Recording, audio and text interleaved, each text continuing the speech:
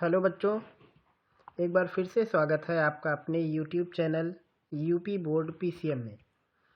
आज की इस वीडियो में हम सीखेंगे कि समांतर माध्य के प्रश्नों को कैसे हल करते हैं और कुल कितने तरीके हैं इस टाइप के प्रश्नों को हल करने के लिए।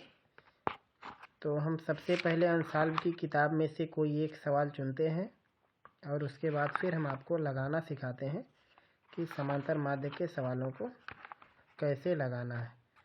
जैसे एक सवाल ये देखिए, यहाँ पे है,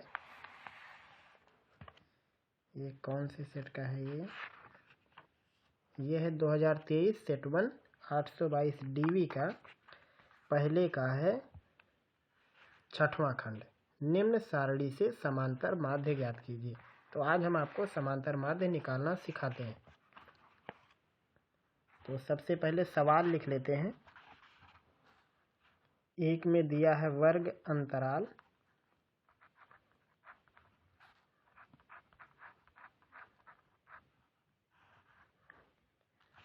और एक में दिया है बारंबारता।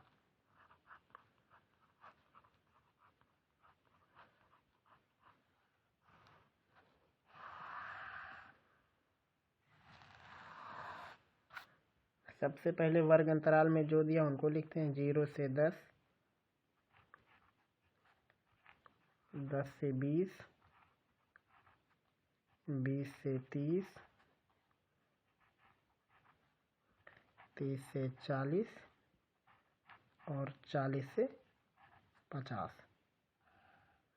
और यहाँ पे बारंबारता है 3, 10, 11, 9 और 7। ये दो चीज़ दिया हुआ है, वर्ग अंतराल दिया है और बारंबारता दिया हुआ है, और इसमें समांतर माध्य निकालना है। अब समांतर माध्य निकालने के कई तरीके हैं। सबसे पहला तरीका है साधारण, एकदम से सिंपल मेथड से हम कैसे निकालेंगे। इसी सवाल को आज हम 2-3 तरीके से आपको लगाना सिखाएंगे, ताकि कोई भी सवाल हो आप आसानी से लगा सकते हो। तो सबसे पहला तरीका है, हम इसको टाइप 1 कह देते हैं। जो भी आपको सवाल दिया हो, वर्ग अंतराल दिया हो और बारंबारता दिया हो, तो उसके बाद आपको एक कॉलम ऐड करना है पहले वाले तरीके से, अगर आपको लगाना है तो। उसे हम कहते हैं वर्ग चिन्ह, या पद भी कह सकते हो। इसको यक्ष से दिखाते हैं और बारंबारता को यफ से दिखाते हैं।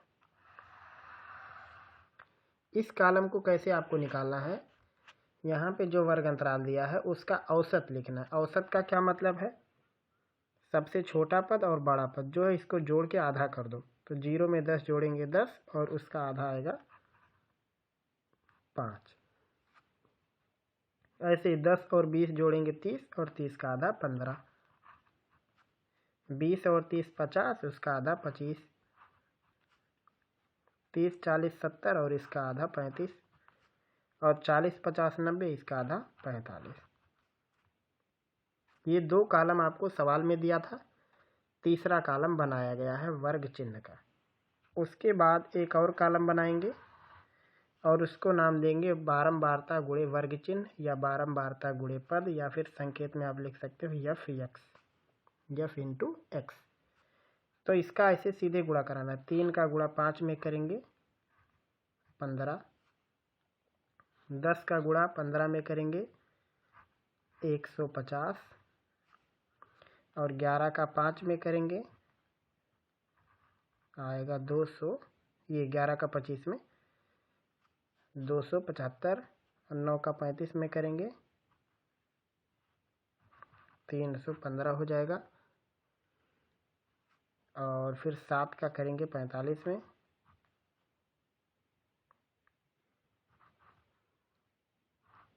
ये भी आएगा 315। अब आपको क्या करना है, बारंबारता वाले सबको जोड़ देना है। तो उसे हम कहेंगे सिग्मा एफ या समेशन ऑफ एफ। जोड़ो इनको।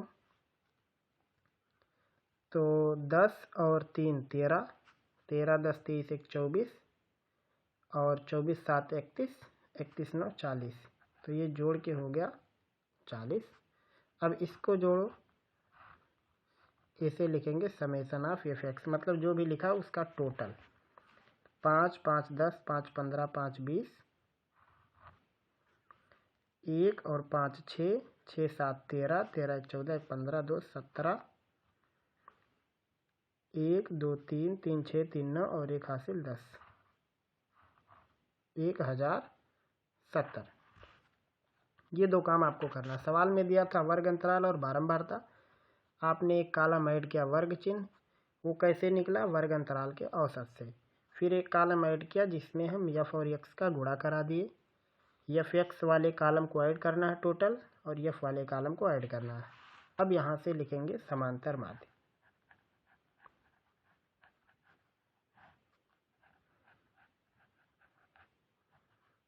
बराबर होगा sigma F x by sigma F. तो इसकी वैल्यू है 1070/40। 0 से 0 कट जाएगा तो हो जाएगा 107/4। डिवाइड करेंगे तो 4 दूनी 8, 2 27 हो जाएगा। 4 चक 24, 3 बचेगा, दशमलव लगाएंगे तो 30 हो जाएगा। 4 सते 28, 4 पंजे 20, यानी इसका समांतर माध्य बनेगा 26.75। ये है सवाल पूरा और ये उसका जवाब। ये पहला तरीका है। अभी हम आपको इसी सवाल को दूसरे तरीके से लगाएंगे। सबसे पहले आप इस सवाल को नोट करें।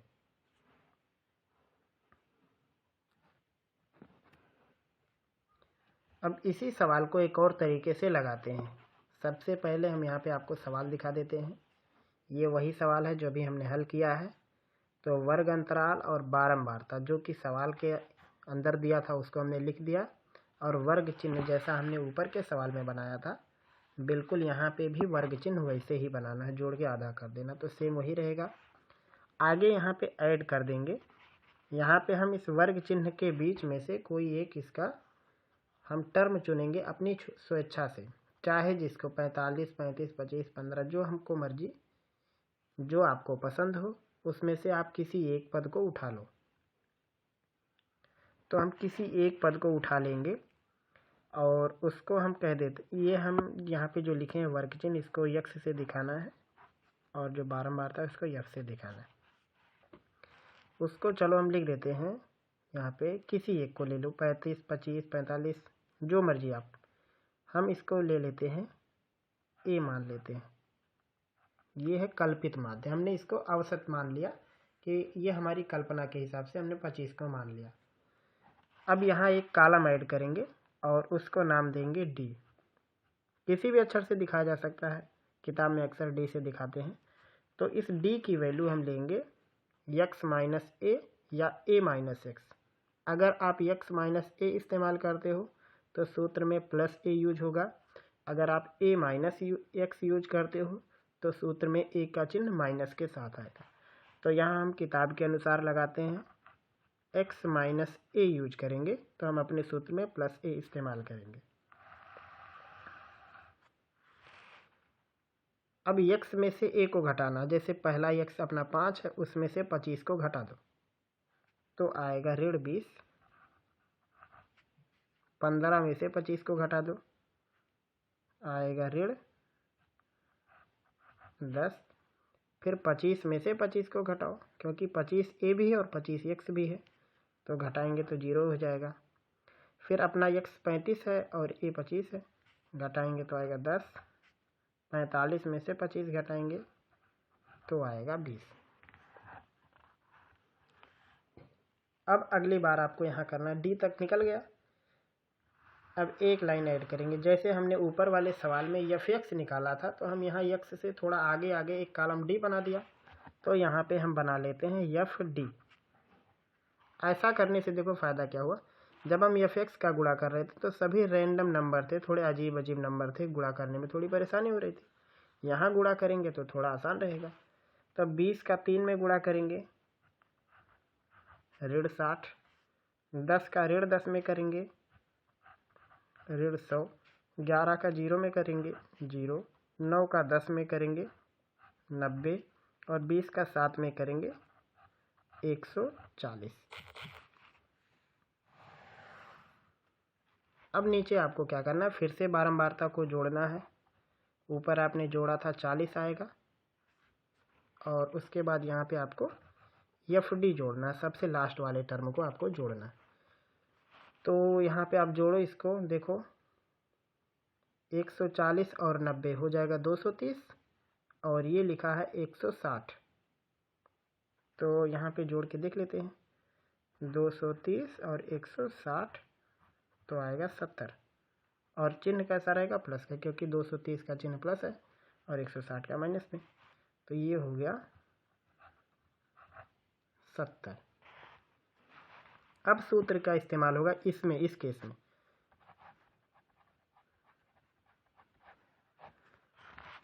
समांतर माध्य बराबर sigma FD by sigma F। लेकिन यहाँ पे देखिए सूत्र में हमने x माइनस ए इस्तेमाल किया, यानी माइनस ए हमने लिया है। तो यहाँ पे हम इसमें ए जोड़ देंगे, ए को इसमें ऐड कर देना है आपको बस। तो ए की वैल्यू है यहाँ पे 25 और सिग्मा FD की वैल्यू 70 और इसकी वैल्यू 40। 0 से 0 कट जाएगा तो हो जाएगा 25 धन 7/4 बराबर लिखेंगे 25। 7 में 4 से भाग करेंगे तो 4 करने में 4, 4 7 28, 4 पंजे 20, 1.75 और जोड़ेंगे आएगा तो 25 1 26.75। तो आप देखिए पहले तरीके से हमने जब निकाला तब भी आया 26.75 और इस तरीके से निकाला तब भी आया 26.75। तो ये है दूसरा तरीका।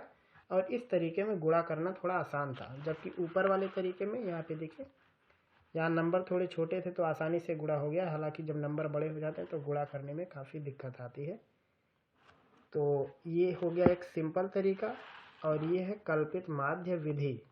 एक और तरीका है जिसे हम पग विचलन विधि भी जानते हैं, उस तरीके से भी हम आपको अभी इसी सवाल का समांतर माध्य निकालना सिखाते हैं। आप इसको नोट करें।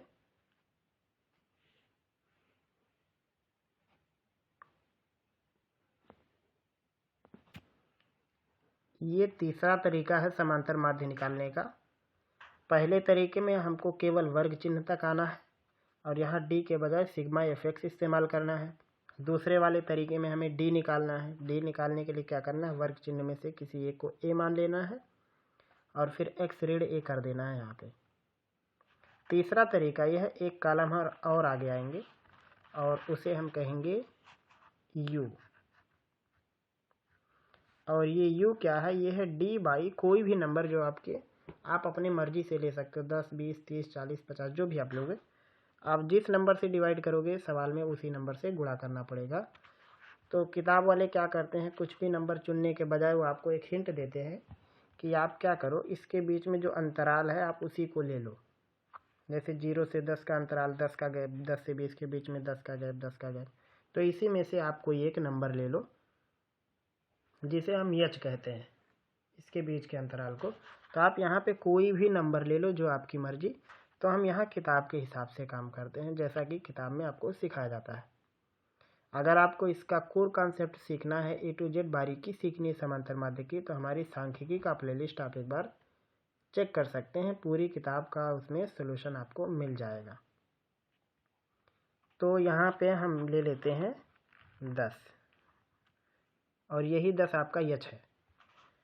कोई भी नंबर आप यहाँ 5 10 15 20 कुछ भी आप ऐसा नंबर यहाँ पे लेना जिससे इसमें डिवाइड किया जा सके। अब जैसे हमने 10 ले लिया तो 20 में 10 से भाग कर सकते हैं, 10 में 10 से कर सकते हैं। इसीलिए किताब वाले ऑप्शन में क्या देते हैं कि आप यही अंतराल ले लो, ये जो बीच में इसका गैप है। तो हमने यहाँ पे u निकाला जिसको हम d/10 बोल रहे हैं। तो अब ये क्या होगा, ऋण 20 में 10 से भाग करेंगे आएगा ऋण 2, 10 में ऋण 10 से भाग करेंगे ऋण 1, 0 1 और 2। अब देखो नंबर और भी छोटा हो गया। तो जब आप d तक आए थे तो यहाँ पे आपको FD निकालना था। आप u तक आगे हो तो आगे के कॉलम में आपको निकालना है एफ यू। अब एफ यू कैसे निकलेगा, यहाँ पे है बारंबारता एफ और वहाँ पे है यू, दोनों का गुणा कराओ। 3 का गुणा ऋण 2 में करेंगे ऋण 6, अब देखो और भी छोटा हो गया। 10 का गुणा ऋण 1 में करेंगे ऋण 10 और 11 का गुणा 0 में 0, 9 का गुणा 1 में 9, 7 का गुणा 2 में करेंगे 14 हो गया। यहाँ पे देखिए 10 और 6 16 और यहाँ 14 है, तो 16 में से 14 घटाएंगे ऋण 2 और 9 में से 2 घटाएंगे 7। तो आपको नीचे क्या क्या करना है, सिग्मा एफ यू लेना है जो कि आएगा 7 और यहाँ पे आपको लिखना है सिग्मा एफ, यानी तीनों तरीकों में आपको एफ को जोड़ना ही है जो कि आया था 40। इस तरीके से आप समांतर माध्य जब निकालेंगे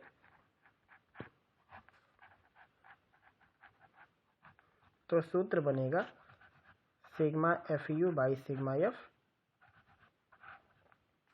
आपने ए को यहाँ घटाया है सवाल में तो ए जोड़ना पड़ेगा और फिर डी निकालते समय आपने यू निकालते समय 10 से भाग किया है तो 10 से गुणा करना पड़ेगा यू वाले टर्म में। यहाँ यू निकालते समय 10 से डिवाइड किया गया है तो यहाँ यू वाले टर्म में 10 से गुणा कर देंगे। किताब में यहीं पर एच लिखा होता है बस, तो ए की जगह पे इस्तेमाल करना है आपको 25। सिग्मा एफ यू की वैल्यू है कितनी 7 और सिग्मा एफ की 40 और यहाँ पे 10। तो आप देखोगे कि फिर से वही सवाल पलट के आ गया,